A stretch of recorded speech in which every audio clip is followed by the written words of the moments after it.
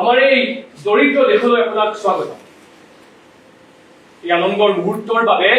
আমি বহু বছৰ অপেক্ষা কৰিছো। আকৌ কেতিয়া নামাজৰ আজান ধ্বনিত হ'ব সেই আশাত ৰাজপথবোৰো নীৰৱে অপেক্ষাৰত। আমাৰ সাংস্কৃতিক বিভাগ আছে হয়তো আটাইতকৈ দুৰ্বল বিভাগ। তুমি চাবা যাৰ পইচা নাই, যাৰ সুচিন্তা নাই, তেওঁলোকে অলপ পইচা পালে কনষ্ট্ৰাকশ্যন কামত লগাই দিয়ে, আৰ্টিষ্টৰ কামত নলগায়। আৰু আশে পাশে তেওঁলোকৰ কীৰ্তন যিবিলাকে গাই থাকে, তেওঁলোকৰ নদীৰ পাৰত নাটক কৰিব দিয়ে, অমুকত নাটক কৰিব দিয়ে, বুজা নাই? তেওঁলোক গুণানুকীৰ্তনটো চবে নাগাবও পাৰোঁ আমি। 12 মাইল দূৰত টাউনৰ মেলালৈ দেউতাই মোক চাইকেলত তুলি লৈ গৈছিল। সেইবাৰে মই প্ৰথম দেখিছিলোঁ চহৰ, বাৰ্ণাঢ্য মেলা, ঐশ্বৰ্য। উভতি অহাৰ সময়ত দেউতাৰ চাইকেলতে বহি মই সপোন দেখিছিলোঁ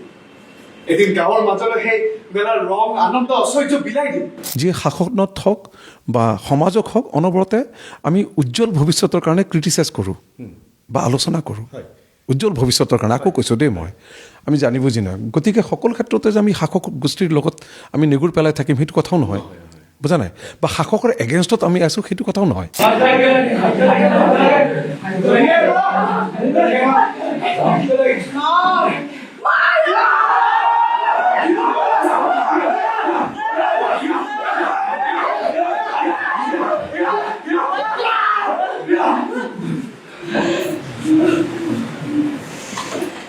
নমস্কাৰ, আপোনালোকে চাই আছে সত্য। আজি 10 ডিচেম্বৰ 1990 চনৰ 10 ডিচেম্বৰত এটা নাট্যানুষ্ঠান গঢ় লৈ উঠিছিল, নাম আছিল চিগাল। এই চিগালৰ কথাটো আপোনালোক সকলোৱে জানে, মই বেছিকৈ নকওঁ, কাৰণ এই চিগালৰ গুৰি ধৰিছিল, বঠা ধৰিছিল জনপ্ৰিয় অভিনেতা, নাট্যকাৰ, পৰিচালক NSDN বাহাৰুল ইছলাম আৰু ভাগীৰথীয়ে। তেওঁলোকৰ এই 35 বছৰীয়া যাত্ৰাত বহু ছাত্ৰ ইয়াৰ পৰা উন্নীত হৈছে। তেওঁলোকে বিভিন্ন কৰ্মক্ষেত্ৰত তেওঁলোকৰ নিজৰ প্ৰতিভা দেখুৱাবলৈ সক্ষম হৈ আছে। আজি আমাৰ এইকাৰণে ভাল লাগিছে যে আজি চিগালৰ জন্মদিন। গতিকে এই জন্মদিনটোত মই আহিছোঁ আৰু মোৰ লগত আছে বাহৰুল্লা আছিলে মোৰ গুৰু, প্ৰথম মোৰ নাটকৰো গুৰু আছিলে। গতিকে আপোনাক আজি শুভেচ্ছা আৰু শ্ৰদ্ধা জনাইছোঁ। বহুত ভাল লাগিছে। চিগালৰ যাত্ৰা, এণ্টন চেখবৰ এখন নাটক আছিল চিগাল। তেওঁৰ এখন খুব প্ৰসিদ্ধ নাটক, যিখন তেওঁ প্ৰথমতে কৰিছিল। আমি শুনিছিলোঁ যে সেইখন ইমান ছাকচেছ হোৱা নাছিল, কিন্তু যেতিয়া ষ্টানিস্লাভস্কিয়ে কৰিলে তাৰপিছতে সেই চিগাল নাটকখন বিশ্বব্যাপী যশস্যা লাভ কৰিলে। আৰু সেই চিগালৰ নামটো য'ত আপুনি ব্যৱহাৰ কৰিছে, অলপ আগতে ভাগীৰথী বৌয়ে কৈছে যে চিগাল এটা চৰাই, আপোনালোকে উৰিব বিচাৰে, নাটকৰ পৃথিৱীত উৰিব বিচাৰে। গতিকে এই সপোনটো আজিৰ দিনটোত আপুনি কেনেদৰে লক্ষ্য কৰিছে? তুমি নিজেও নাটক কৰা, গতিকে তুমি ভালদৰে জানা যে নাটক এখন কৰিবলৈ যাওঁতে কিমান কষ্ট হয়, কিমান অৰ্থৰ প্ৰয়োজন হয়, সাংগঠনিক দক্ষতাৰ প্ৰয়োজন হয়, সময়ৰ প্ৰয়োজন হয়, কষ্টৰ প্ৰয়োজন হয়, কল্পনাৰ প্ৰয়োজন হয়, আৰু বাস্তৱত ৰূপায়ণ কৰাৰ এটা অন্য এটা তাগিদা বা কষ্ট আছে তাৰ লগত জড়িত। তেনে ক্ষেত্ৰত 35টা বছৰ কেনেকৈ পাৰ হৈ গ'ল যদি সঁচাকৈ সোধা, মই গমেই নাপালোঁ দেখোন। একদম সঁচা কথা। তাৰমানে চাগে ভগৱানৰ নটৰাজৰ আশীৰ্বাদ আছে আমাৰ ওপৰত। মই গৈছিলোঁ ইয়ালৈ ৰাষ্ট্ৰীয় নাট্য বিদ্যালয়লৈ অভিনেতা হ'ম, মই ডাইৰেক্ট তাৰ পৰা বোম্বাইলৈ যাম। তেতিয়া বোম্বে আছিলে, কাৰণ মিথুন চক্ৰৱৰ্তী কলা, ময়ো কলা, গতিকে মিথুনৰ প্ৰতি মোৰ সাংঘাতিক এটা দুৰ্বলতা আগৰ পৰা এতিয়াও আছে। এতিয়াও বৰ ভাল এক্টৰ তেওঁ, ভাবোঁ মই। গতিকে যাম, কিন্তু নেশ্যনেল স্কুলৰ ড্ৰামাত পঢ়ি থাকোঁতে ভাব হ'ল নহয়, মইতো অসমীয়া মণিপুৰে ইমান আগুৱাইছে, অসমীয়া থিয়েটাৰ আমাৰ নিজৰ ৰূপত, নিজৰ ছন্দত আমাৰ এটা পৰিস্থিতিৰ কাৰণে যুঁজিব লাগে। সেইকাৰণে মই মুম্বাইলৈ নগৈ 3rd ইয়াৰতে মই ডিচিশ্যন চেঞ্জ কৰিলোঁ। মই গুৱাহাটীলৈ গুচি আহি এই চিগালৰ জন্ম দিলোঁ। চিগালৰ কথাটো সঁচা। চিগাল মানে এটা চৰাই, সামুদ্ৰিক চৰায়ে নহয়, এটা ফ্লাইং কনচেপ্ট। আৰু থিয়েটাৰ বা কোৱা বা সাহিত্য কোৱা, কলা কোৱা,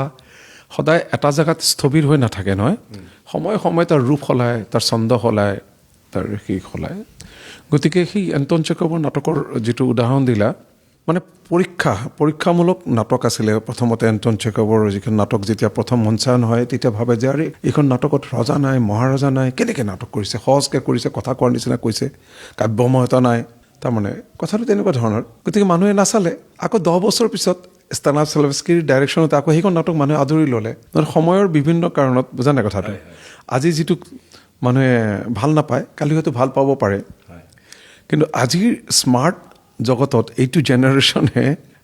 বহুত স্মাৰ্ট হয় কোনো কথা ক'বলৈ তেওঁলোকে শংকাবোধ নকৰে নিজৰ প্ৰেম সম্পৰ্কে নিজৰ জীৱন সম্পৰ্কে খোকোজা সম্পৰ্কে কিবা ক'বলগীয়া থাকে যদি দেউতাকক মাকক স্পষ্টকৈ কৈ দিব পাৰে বুজানে কথাটো অভিজ্ঞতা হয়তো অলপ কম আছে বাট তেওঁলোকৰ দৃষ্টিভংগী টোটেলি বেলেগ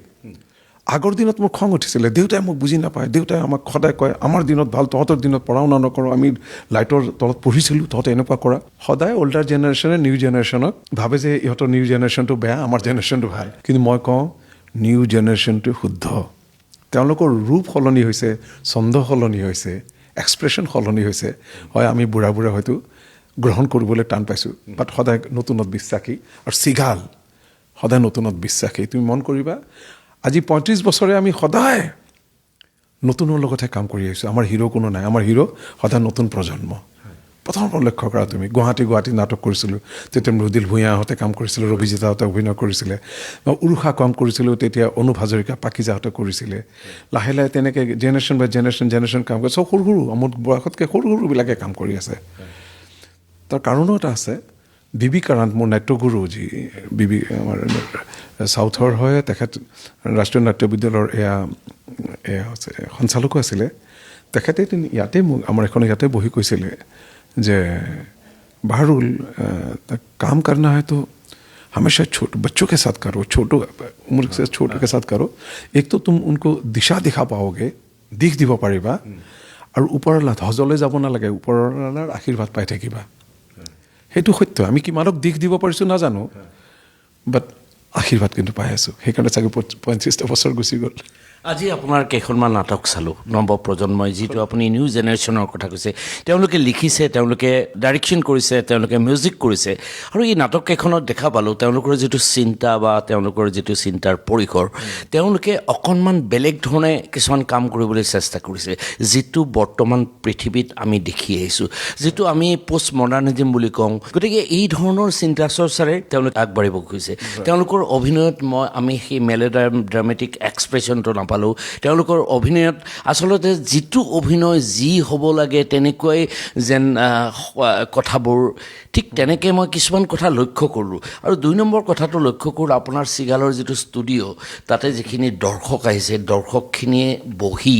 যিটো আমেজ লৈছে নাটককেইখনৰ সেই বস্তুটোৱে আচলতে নাটক যে এবিধ শ্ৰেষ্ঠ কলা সেইটো যেন আকৌ পুনৰবাৰ প্ৰতিপন্ন কৰিলে বাহুল্লা আপুনি এগৰাকী দক্ষ অভিনেতা আপোনাৰ উৰুষা চাইছিলোঁ আপুনি আজিৰ দিনটোত এটা কথা ভাবেনে এই যে নাটকৰ প্ৰতি বৰ্তমান প্ৰজন্ম কিমান আকৰ্ষিত বুলি আপুনি ভাবে ডাঙৰ প্ৰশ্ন কৰিলে আচলতে থিয়েটাৰ ইকনমি সম্পৰ্কে গোটেই ভাৰতবৰ্ষখনত এটা ধূসৰ ধাৰণা এটা আছে আৰু ৰাজ্য বিশেষে কেন্দ্ৰ বিশেষে তেনেকুৱা ধৰণৰ গড়কাপ্তানি বিভাগ এটা আছে ধৰা বা অমুক বিভাগ এটা আছে আমাৰ সাংস্কৃতিক বিভাগ আছে হয়তো আটাইতকৈ দুৰ্বল বিভাগ তুমি চাবা যাৰ পইচা নাই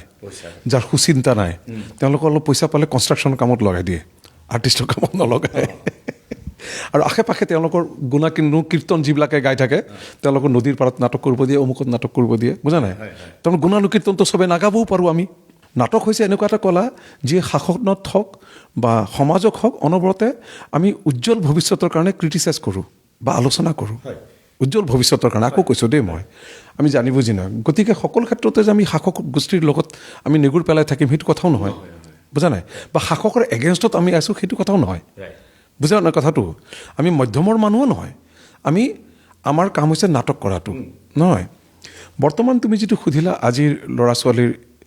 মই নাভাবোঁ আজিৰ ল'ৰা ছোৱালীৰ নাটকৰ প্ৰতি ৰাপ কমি গৈছে বুলি কিন্তু প্ৰশ্নটো হৈছে সময়টো এনেকুৱা সময় মানে ইনষ্টেণ্ট লগা সময় ৰাতিটোৰ ভিতৰতেই মই যদি ফেচবুকত এটা পোষ্ট এটা দিওঁ ৰীল এটা বনাই দিওঁ একেদিনাই দেখোন মানুহে যাব পাৰে প্ৰসিদ্ধি লাভ কৰিব পাৰে দ্বিতীয়তে সেই প্ৰসিদ্ধি লাভ কৰি লগে লগে বোলে পইচাও আহে বোলে আজিকালি ফেচবুকত ফলত আমি ফেচবুক চাব নোৱাৰে লেতেৰা কথা নিজৰ ঘৈণীয়েককে উদঙাই দিছে কোনোবাই মানে বুজা নাই কথাটো বেলেগ আজিকালি আগতকৈ তুমি এটা স্বীকাৰ কৰা নাই ফেচবুকটো অশ্লীল হৈছে আজিকালি খুলিব নোৱাৰা হৈ গ'ল কিন্তু তাৰ বিপৰীতে নতুনে অলপ বেছি দেখুৱাইতো ভাল পায় চবে চবৰেতো এতিয়া মুম্বাইতে যিমানবোৰ 100% ল'ৰা ছোৱালী সপোন লৈ মুম্বাইত যায় 90%ৰ কোৱালিটি নাই মুম্বাইত গালি পাৰে আমি কাম নাপালোঁ সেইটো কথাও নহয় কাম পাবলৈ ডেষ্টিনিও লাগিব এইটোও সত্য ability and destiny should be balanced হয় নে নহয় সেইটো অলপ কথা কিন্তু নতুন প্ৰজন্মৰ মাজত যাৰ ভিতৰত সাহিত্য আছে বিশ্লেষণৰ দক্ষতা আছে যাৰ এটা সুতীক্ষ্ণ দৃষ্টি আছে তেনেকুৱা বহুত যুৱক যুৱতী আছে অসমত সেইকাৰণে আজি তুমি ক'লা যে আমাৰ ওপৰৰ যে নাটক চালা তুমি ভাল পালা হয়তো 10জনৰ নাথাকিব পাৰে 10জনৰ 2জনৰতো আছে 3জনৰ আছে গতিকে মই ভাবোঁ মই আশাবাদী আমাৰ অসমীয়া ল'ৰা ছোৱালী বহুত কোৱালিটি আছে যিবোৰ অসমৰ পৰা ওলাই গৈছে সেইবিলাকে কিন্তু সদায় নাম কৰিছে সি জ্যোতিপ্ৰসাদ আগৰৱালাই হওক শংকৰদেৱে হওক ভূপেন হাজৰিকাই হওক ভূপেন হাজৰিকাৰ যদি গোটেই জীৱনটো অসমত থাকিলহেঁতেন আমি চাগে পাত্তা নিদিলোহেঁতেন বেছি যিমানে শব্দৰ খেল যিমানে সুৰৰ খেল নকলক অসমখনতো ময়ো জানো অসম তুমিও জানা ময়ো জানো জ্যোতিপ্ৰসাদ আগৰৱালাই যোৱাৰ পাছতেই তেখেতে জানিলে তেওঁক কাৰিকৰী দিশ শিকিলে বুজা নাই তাৰপিছত আহিলে শংকৰদেৱে তাত গৈ ভাষাৰ সৃষ্টি কৰি আমাক জাতিটোক বিচ্ছিন্ন জাতিটোক আমাক একত্ৰিত কৰিব ট্ৰাই কৰিলে তাকো গানৰ জৰিয়তে সাংস্কৃতিক জৰিয়তে নাটকৰ জৰিয়তে এটা জাতিৰ গঠনত কি ভূমিকা ল'লে ন গতিকে মই ভাবোঁ যে আজিৰ জেনেৰেশ্যন মই একদম সমালোচনা নকৰোঁ মোৰ অবজাৰভেশ্যন লাহে লাহে পঢ়িবলৈ আৰম্ভ কৰিছে তেওঁলোকে বিশ্ব সাহিত্যৰ লগত মই নিজৰ ছোৱালীকো দেখিছোঁ মই অন্য ল'ৰা ছোৱালীকো দেখিছোঁ তেওঁলোকে কিতাপ অৰ্ডাৰ কৰে কিতাপ পঢ়ে ইংৰাজী সাহিত্যৰ লগত জড়িত বাহিৰৰ চিনেমা চায় গতিকে তেওঁলোকৰ পাৰ্চপেক্টিভটো সলনি হৈছে এক্সপ্ৰেশ্যন সলনি হৈছে সলনি হোৱাটোক যদি মই ভাবোঁ তেওঁলোক বজোৰা হৈছে তেনেহ'লে বেয়া কথা হ'ব আপুনি যে ক'লে সামাজিক মাধ্যমৰ বা ফেচবুকৰ কথা ক'লে যি সস্তীয়া জনপ্ৰিয়তা সেই সস্তীয়া জনপ্ৰিয়তাৰ মাজত নাটকক জীয়াই ৰাখিবলৈ আপোনালোকৰ দৰে কিছু ব্যক্তিয়ে কিছু সংগঠনে কিছু নাট্যানুষ্ঠানে অহৰহ চেষ্টা কৰি আছে বৰ্তমান যিটো লোকনাট্যৰ ওপৰত বা লোকনৃত্যৰ ওপৰত বা লোক সংস্কৃতিৰ ওপৰত যি নাটকৰ আধাৰত যিবিলাক নাটক সেইবিলাক নাটকে জনপ্ৰিয়তা পাইছে মই আপোনাৰ জৰিয়তে ক'ব খুজিছোঁ যে অসম চৰকাৰে এনেকুৱা এটা লোকশৈলী লৈ তেওঁলোকে এনেকুৱা এখন ফেষ্টিভেল বা তেনেকুৱা এখন মহোৎসৱ অসমত হয়তো কৰিব পাৰে যাৰ ফলত যিটো আমাৰ বাহিৰৰ মানুহখিনিৰ যিটো লগত আমাৰ এটা আদান প্ৰদান হ'ব আৰু যিটোৱে নাটকৰ ক্ষেত্ৰখনক আৰু অধিক কৰ্ষণ কৰিব আপুনি কি ভাবে বৰ ভাল কথা কৈছে পাৰে আগতে অসম সাংস্কৃতিক সঞ্চালকালয়ে বছৰ বছৰ নাট্য সমাৰোহ পাতিছিলে ভাওনা সমাৰোহ পাতিছিলে লোকনাট্যৰ যিটো কথা ক'লা তেনেকুৱা ধৰণৰ পাতিছিলে আজিকালি লাহে লাহে নোহোৱা হ'ল ৰুদ্ৰ বৰুৱাৰ দিনতো দেখিছোঁ মই পিছতো দেখিছোঁ ভাগৱতী ছাৰৰ দিনতো দেখিছোঁ লাহে লাহে নোহোৱা হ'ল কিয় নোহোৱা হ'ল বাজেট কমালে নে ইচ্ছা মই যে ক'লোঁ আটাইতকৈ সাংস্কৃতিক বিভাগতে চাগে বাজেটটো কম থাকে বা দক্ষহীন মানুহক মন্ত্ৰী দিয়া হয় এইটো বিভাগত যাৰ কাম নাই এই মানে তেওঁলোকক সাংস্কৃতিক বিভাগটো দি দিয়া হয় গতিকে তেওঁ চলাব নোৱাৰে আৰু তেওঁলোকক গাইড কোনে কৰে কিছুমানে হয়তো কৰে হয়তো পৰা নাই মই ভাবোঁ এই যে তুমি যিটো ক'লা তেনেকুৱা ধৰণৰ কাম কৰিবলৈ বেছি পইচা নালাগেতো সদিচ্ছা থাকিলে হ'ল যদি 2 লাখ টকা মই